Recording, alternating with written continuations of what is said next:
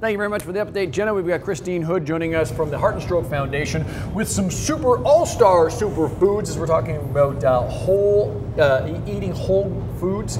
What do we mean by whole foods and how does that help us? Well, you know, whether we're talking about high blood pressure, high cholesterol, high blood sugar, all of these things that you might be faced with or perhaps you're trying to prevent.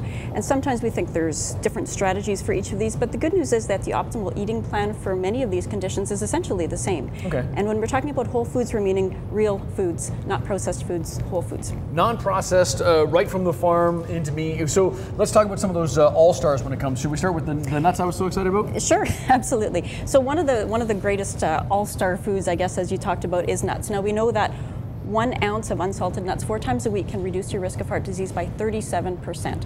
So if you're looking at some sort of substitution to have really good bang for your buck, sure, that's a great place to start. And you mentioned a couple important things: unsalted. That's right, and portion. And only an ounce. That's so right. how much That's is right. how much is so an ounce? about a quarter cup of nuts would be a good portion size, because you're right, they are quite high in calories. But interesting with the nuts, they do a number of different things. Because they're containing unsaturated fats and plant sterols, they can reduce the LDL cholesterol in your blood.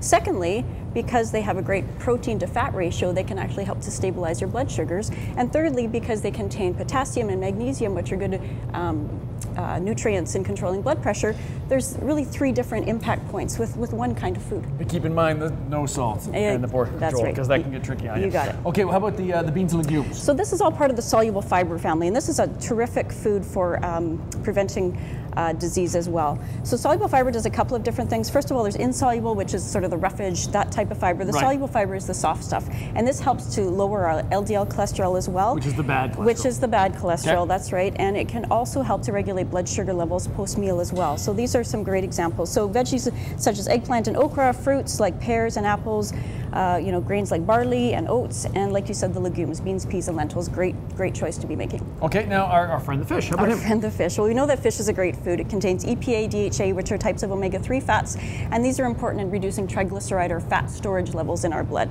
So we know that just 2 servings of fish per week can reduce our risk of stroke by 27%. But we also know that lots of fish can actually increase our risk of stroke, so we want to make sure we get that optimal range in there. And this is a fillet of salmon, I assume? Correct, salmon, and you raise a good point. We want to make sure we're choosing the fatty fish, salmon, mackerel, trout, those kinds of things. So the stuff that I get deep fried with French fries on the side. Not exactly what we had in mind. It's not exactly, okay. And then we're going to, I'm assuming, whole grains. You're right, and whole grains is a huge one as well. We want to really substitute in the whole grains, whether it's pasta or bread, cereals, and really get rid of the refined white types of grains, because we know that people that do this 3 to 5 times a day compared to those that don't can have a 26% lower risk of type 2 diabetes and a 21% lower risk of heart disease. That is a big jump. 26% less diabetes, 21% less heart disease.